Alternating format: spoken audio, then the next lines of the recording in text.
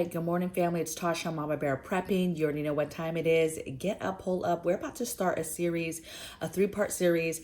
I've never really done, continuous videos back to back or whatever. But I am doing this 3-parter because I'm getting a lot of questions, right? I'm getting questions in my membership Discord. I'm getting questions on emails and messages and comments. And so I just want to get this topic kind of cleared and out of the way and just share my knowledge, what I know, and we'll go from there, okay? So basically what I want to do is 3 parts going over CBRN preparedness, if you will, okay?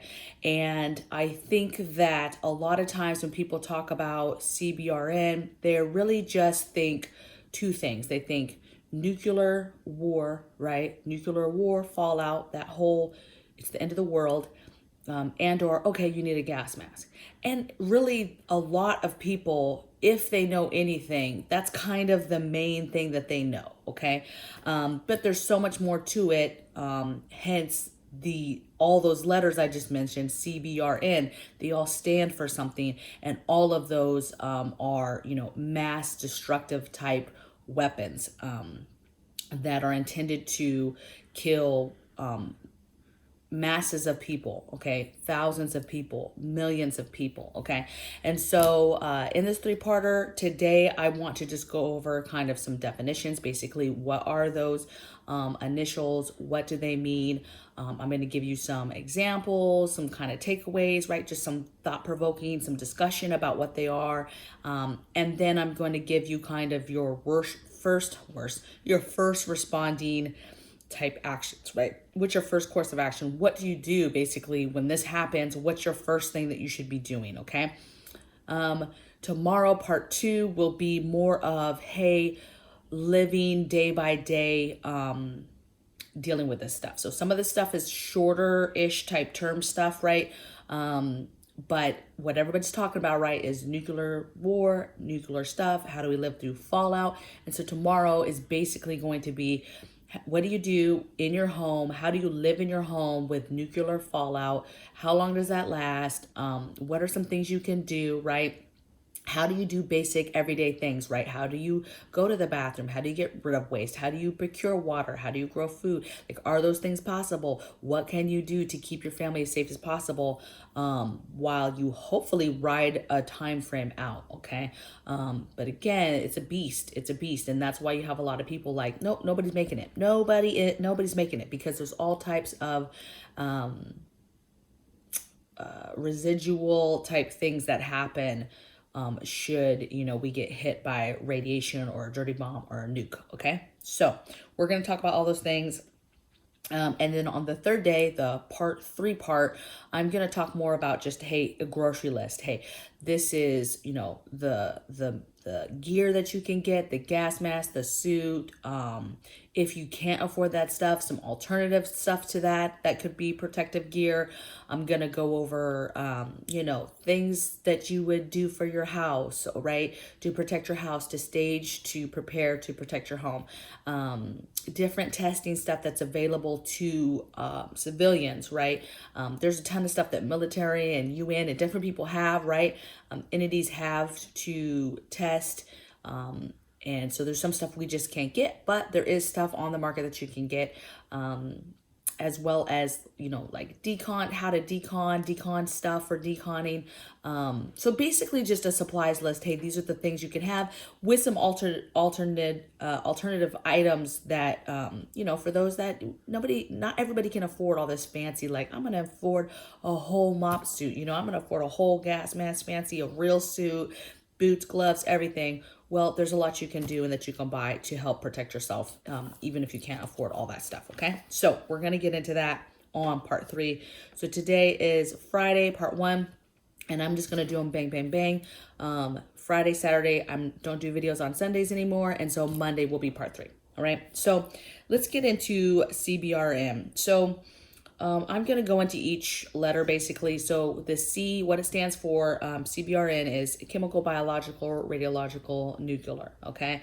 And the 2 right here, the last 2, radiological and nuclear, they tend to be kind of in the same bubble, right? Same world, because a nuclear device would more than likely have is where you're going to get that radiation. Okay, but we're going to talk about it because there is ways you can get radiation from not a nuclear bomb. Okay. First, the C is chemical. All right. So I wrote notes, you guys, so I don't just babble and not really tell you anything because I tend to do that. Okay. So let's talk about this. Let me just. Okay, so chemical. Chemical is a toxic chemical, okay? It's stuff like blister agents, nerve agents, choking agents, and there's another one, blood agents, okay? Some examples are stuff like sarin, stuff like CS gas, nerve gases, phosphine gas, let's see, mustard gas, right? I'm trying to think of the keywords that you might have heard in history when things happen, okay? An example of a chemical toxin being used in the world in a bad way would be what the Nazis did to the Jews. That's a great example of a chemical toxin that was its purpose was to kill people, okay? And all of this stuff is made in a way that it's made to hurt people and kill people, okay? And make people suffer. Another one is the sarin that was released in the Tokyo subway. That's another example. So basically just know that it's a toxin, it's a chemical toxin. Ideally, it comes in the most popular form is nerve agents, CS gas, tear gas, pepper spray, that form of aerosol, disbursement, okay? The good and bad thing, I guess, about chemical being deployed, excuse me, as a weapon like that, is that typically this isn't a weapon unless it is planned out in several places at the same time. Ideally, you're going to see pockets of things happening like the Tokyo subway, right? You're going to see smaller things, and if you're not in the area, you're fine. If you're around that area, you should leave the area, right? There's a lot that you can do to immediately distance yourself from that type of situation, okay? And there is some vaccines even for different chemical toxins, except your nerve agents. Of all the agents I mentioned, nerve actually doesn't have a vaccine, okay? Now, I want to put a disclaimer out here too. Everything I'm going to be talking about in the next 3 days, you guys, get your pen, get your paper, take your notes. But there's so much more that I'm not going to be able to touch on because it's so complicated. You have tons of research material, books that you can buy that go very in depth with all the different types, right? The agents, the different types within those agents. That give you so much more information. I'm basically just giving you a very broad understanding of what, a chemical agent is, okay? So just to put that out there so you're not like, well, you're not really saying anything, okay? It's usually delivered in a liquid or an aerosol, vapors, that type of thing. It's meant to, you're in a building and it's released, or you're in an area and it's released. And ideally, because it's a vapor or aerosol, so it will stay in that area and be trapped in that area and be doing its business against people, okay?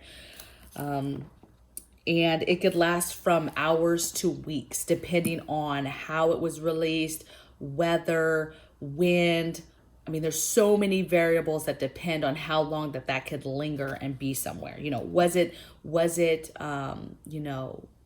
dispersed in multiple locations, right?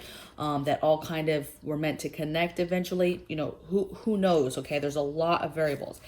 Okay, so very first thing you do, if you have obviously your suit, is don it. Don means put it on, right? Put on your suit, put on your gas mask. That's the first thing that we do, okay? Don it, ask questions later, okay? Protect yourself. However, depending on the situation, you're going to flee or you're going to shelter in place, right? What are you being told, right? Is it in a building and you're being told, or you can see people dropping or whatever, and you're in a building or in a location, Leave as fast as you can, get to fresh air, just get away as quick as you can, right? Get away from that area is the best thing you can do. However, sometimes maybe you're getting reports that something has happened, you're in a building, you're at work, whatever, and it might be, it's safer to shelter in place because it's in the area. Let's say it's something happens in downtown New York. I'm just an example, right? And you're a few blocks away. You know, your best course of action is just stay where you're at, stay in your building, okay? Yeah, if you're far enough away and you're like, screw this, we're all leaving. We got a warning, an alarm, and everybody's just getting in their cars and leaving, fine. But if you are told to shelter in place because something is happening outside of that building, do that, okay? Because that could save your life. You don't want to walk out into something that is happening, okay? Let's see. So leave the area, obviously get suited and booted. Evacuation or shelter in place, I just talked about one or the other. And really it's about stopping ventilation. So, you know, if you're at home and maybe, again, it's usually smaller places, right? It's not typically going to be, hey, in this small town you live in, this was released throughout the town. That might be a thing, but the whole point, remember, is this is meant to be terrorism and used as weapons. And so they're going to be employing it in a way where it has the biggest impact. And for this type of weapon, you know, having that in closed places to make it linger, right? Having humidity weather, raining weather, that type of stuff matters for making that stuff linger longer, okay?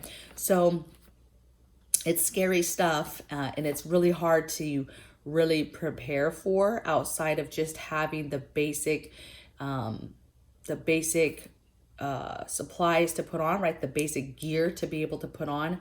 And then just having a game plan. Obviously, it's just like fire drills. If you're somewhere, how do you get out of the building? How do you get somewhere safe the fastest?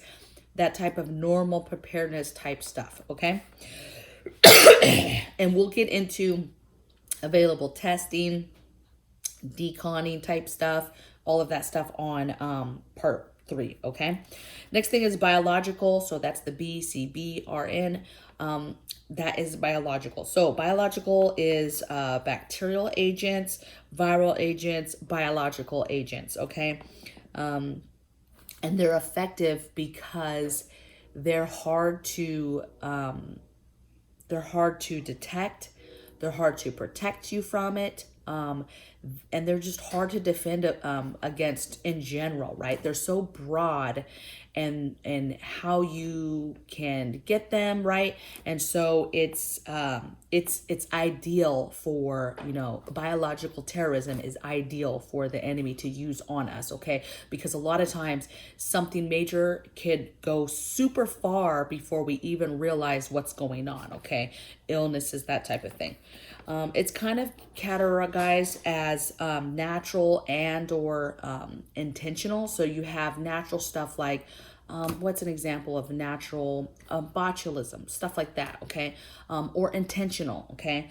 And you have examples like tiny pox is an example, H fever, anthrax, all these different like diseases and stuff that you've heard over. Those are biological type agents, right? Bacterial, viral, whatever, okay? But it comes down to, was it naturally kind of developed?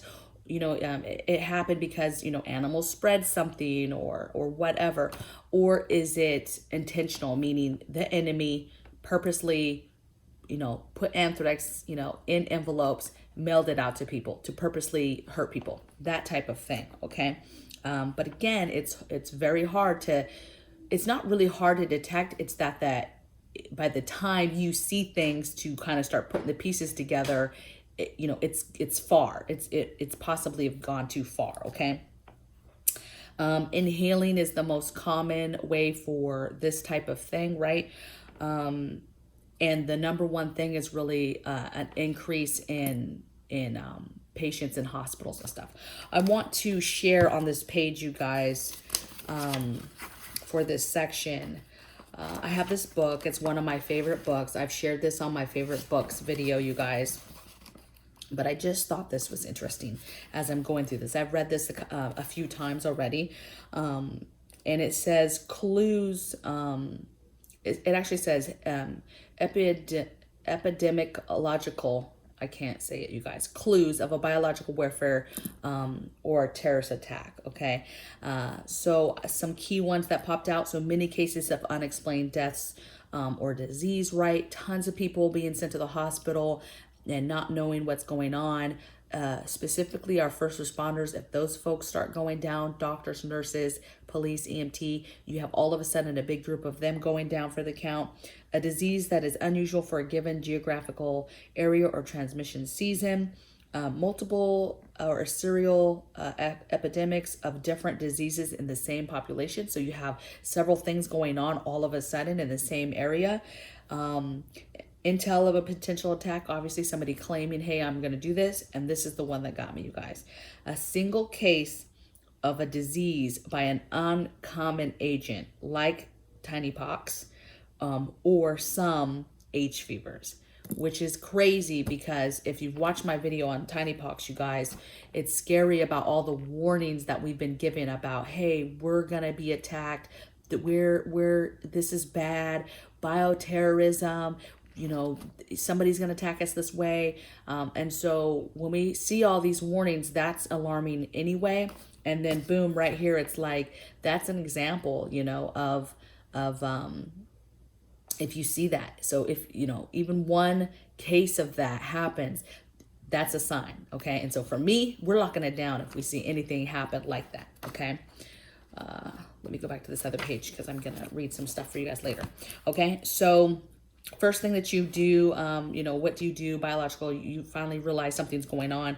Of course, if you have a suit, don a suit, masks, because inhaling is the easiest way to get that. You know, it's crazy because masks, unfortunately, have a really bad rap right now with everything that we've gone over and the way we handle things. And that's unfortunate because if something super dangerous comes along and there's various different masks and just overall somebody hears the word masks and just doesn't trust it and doesn't want to comply, you know, that could cause them their life. Okay. So just know that there's different masks. And when I'm talking about masks, I'm not necessarily, you know, talking about, you know, a cloth mask. Okay. So I'm talking about a CBRN, a suit, okay? So a gas mask, you know, your suit of some sort. The important thing about biological, I mentioned inhaling it, but biologicals can get, you know, in holes even. So it's important to your suit, you have something on and you're literally taping so that nothing can get inside and get to your skin and your mucus glands and all this stuff, okay? So there's other parts of your body you're trying to protect.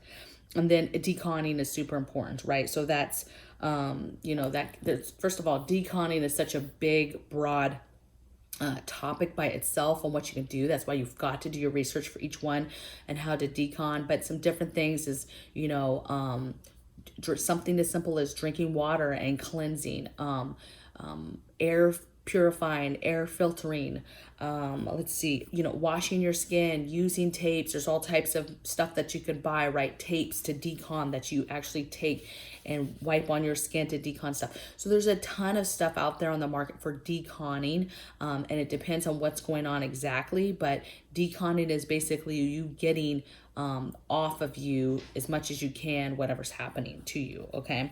All right, so next thing I want to talk about is the R and the N, right? So radiological and nuclear. So those two things I really have kind of together, but they are separate in the way that, you know, you can get radiation poisoning not from just a nuclear bomb, you guys, okay? So that's a real thing. Even on Navy ships, you guys, we have radiation. There's ways that you can get radiation poisoning, okay? There's radiation, there's a RDD, which is radiation dispersal device, different ways that the enemy could disperse basically radiation into an area to hurt people, okay? So you gotta, it's very hard as somebody who prepares to listen to people that only think about nukes, right? Bombs, and that their only capacity is like, oh, we got to worry about nukes and radiation and all this stuff, when you can get radiation from other ways, not just, you know, a nuclear bomb. And then there's also nuclear bombs that could drop that don't necessarily aren't dirty, but have other implications, or missiles, I guess you could say, as far as EMPs and things like that. Okay, so there's other things that people could do to us. So let's talk about radiological first. So issue is, it's the sensitivity. When exposed, the sensitivity that it has to your bodily systems, your organ systems, your GI tract, your cells, right? It basically, it's going to attack your body, okay? And so you have to worry about, basically, it shuts your cells down, and then, you know, you pass away, you die, okay? There is different things that you can take, which some of you might know. We'll talk about those on part 3. But again, this is an area where there's several illnesses, syndromes, levels and variations of your exposure to radiation and what that does to you, that you have to do your own research. I could probably do a whole week video on just that part. Again, in this specific book, I mean, you can go online, you can have other books, but in this specific book, there's probably 5, 6, 7 pages just on radiation types and different acute radiation syndromes and things like that. A lot of math, a lot of information out there for you guys to get, that want to get even more deep into it, okay?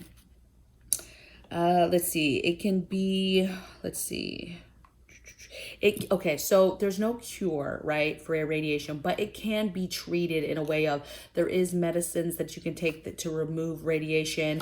A lot of people with basic radiation exposure, the majority absolutely can recover from radiation exposure, right? It's just that the problem is when you talk about it being delivered in a device like a dirty bomb, the magnitude of how high your exposure is the problem, right?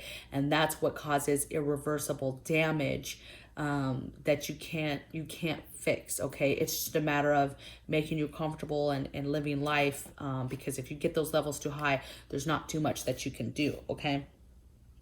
But if identified early and, you know, you go to a hospital, you know, there's people that get radiation poisoning or exposure all the time and make it, okay? So it's not like it's something that can't be treated in a sense, but when we talk about the impact of a huge bomb dropping on a huge area, and if you don't do the actions and the things you need to do immediately, that's a problem, okay? Okay, so next thing, so basically, how do you react? What do you do radiation? Well, you stay inside. Like that's the number one thing you do, is you go inside. Whether that's you hear something, you visually see something, you hear it on the radio, you hear people talking about it. At this point, I'm not playing around with trying to verify. Yeah, I will get you. You're getting in your house though. You can verify from inside your house, and then you're immediately securing your house. You're closing vents.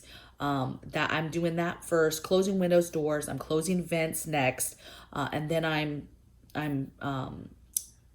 you know, boarding up, plastic wrap, heavy blanketing over my all my entry points, okay, in my home, okay? And then the safest place is either your basement, and or the middle of your home, right? You want to stay away from the roof, right? And you want to stay away from the doors, or the siding of your home, okay? And that's basically what you want to do, right? You want to have a room identified as part of your plan that's in the middle of your house or your basement, and get it done. That way you have the time to be fortifying your home in the manner that you need to for radiation, for big radiation, right? We're talking big radiation. You know, you have some kind of space that already has supplies, is already a little bit safer, okay? It's not that you're not going to go to other areas, but what you're going to want to be doing is minimizing your impact to exposure. I mean, that's number one, what it is. So first thing is you get everybody indoors. You need to close vents, close doors, windows, whatever. Start on, you know, doing your fortification, but at the same time, you also need to be deconning, okay? Everybody's clothes needs to come off. Throw those in a bag. I'm throwing them outside, never to be seen again. Okay, putting fresh, taking a shower, putting fresh clothes on. Okay, that's what you want to do. If you don't have fresh water, you don't have water running, whatever the case may be, baby wipes, a cloth with, a wet cloth, whatever. But you're just wanting to get the initial. The thing is if you're on top of it and you kind of got warning or got the notification early, then you can get, you're ahead already of, unless you were in the immediate blast where you have that immediate 60 seconds burst of radiation, intense radiation. If you're not that close, you have a little bit of time before fallout, okay? I don't know whether we would get a warning where you could start doing stuff like that prior, or we wouldn't, okay? But even doing that stuff after the fact could save your guys' lives and or just minimize the amount of exposure, okay? And we're going to talk about the gear, supplies you need for that. All the questions that I've been getting, I'm going to try to answer, right? A lot of number one people's questions. What about O2? What about the air, and how do we make sure we can breathe and have oxygen and stuff like that if we've sealed everything? So we're going to talk about all that stuff, you guys. Let's see. So nuclear kind of goes hand in hand, right? But radiation, you have a high dose in the first 60 seconds of that bomb, and then you have fallout that happens. And fallout can last a very long time. I mean, fallout, depending on where you're at, weather patterns, wind, all of that stuff matters. And so that could be hours to years, okay? And then there's other things, depending on how bad it is, that could fail as you go down the road. So it's a very, very nasty thing. When people say, I'm just going to lay down and die, there's nothing we can do, or I'm just going to, take my family out, whatever. You're going to do what you want to do, but it's very important that you understand it is serious. And I take it serious too, but we're survivors. We are going to do everything that we can do for as long as possible until, the good Lord calls us home. That's just basically how we roll here, okay? Let's see my other notes, you guys. Let's see. And basically nuclear, you have three things. You have a blast, you have the thermal radiation, and then you have the ionizing radiation, and then fallout, right? And fallout, if you're not understanding what fallout is, I mean, that's literal ash falling from the sky that is embedded with radiation, okay? And so getting that stuff, anything it touches is not going to be good. So obviously, even that landing on your house, that landing on your cars, your garden, any kind of water you had out there, animals, your skin, you inhaling, all of that stuff, super, super bad. And so it becomes, how do you stay out of that for possibly years, you guys? How do you stay in your home and stay out of that for possibly years, okay? Can you go out in it in a suit and stuff? But now you got to figure out entry points, decon areas.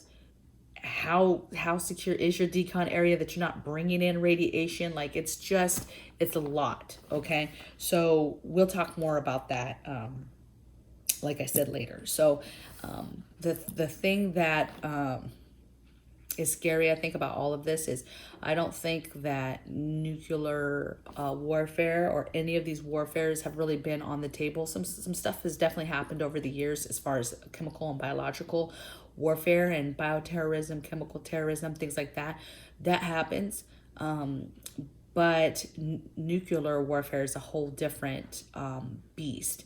And I think that we are in a time now where people are considering, like, wow, what do I really need? What if this truly happened?